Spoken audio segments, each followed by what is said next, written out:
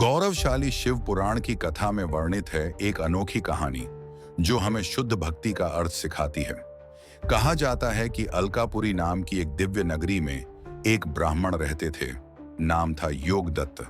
उनके पुत्र का नाम था गुणनिधि, जिसने जन्म तो समृद्धि में लिया था, सोने के चम्मच के साथ, लेकिन उसकी आत्मा एक ही दिशा में आकृष्ट थी, भगवान शिव की भक्ति।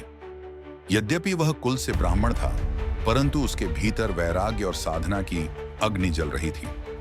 उसने सांसारिक सुखों को त्याग कर कठिन तपस्या का मार्ग चुना और शिवजी को प्रसन्न करने के लिए घोर तप किया। जब उसकी साधना सफल हुई तो भगवान शिव ने प्रकट होकर पूछा, वर मांगो पुत्र, क्या चाहते हो? गुणनिधि ने अत्यंत विनम्रता से कहा, हे प्रभु, मुझे न तो धन चाहिए और न ही कोई पद, मुझे तो बस आप और माता पार्वती के साक्षात दर्शन चाहिए। यही मेरे लिए सबसे बड़ा वरदान होगा। उसकी निस्वार्थ प्रार्थना से प्रसन्न होकर महादेव ने उसे दिव्य दृष्टि प्रदान की। जैसे ही उसकी आंखों के सामने देवी पार्वती का सौंदर्य प्रकट हुआ, वह भाव विभोर हो गया। उनके रूप की दिव्यता देख वह सोचने लगा, कितनी अद्भुत है माता, निश्चित ही इनकी तपस्या मुझसे कहीं अधिक रही होगी, तभी तो ये शिवजी के इतना समीप हैं।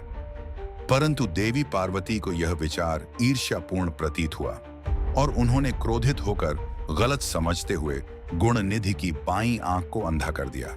उसी समय भगवान शिव ने हस्तक्षेप किया और कहा, गुणनिधि हमारे लिए पुत्र तुल्य है। उसने तपस्या से जो भक्ति दिखाई है वो कुबेर जैसी है।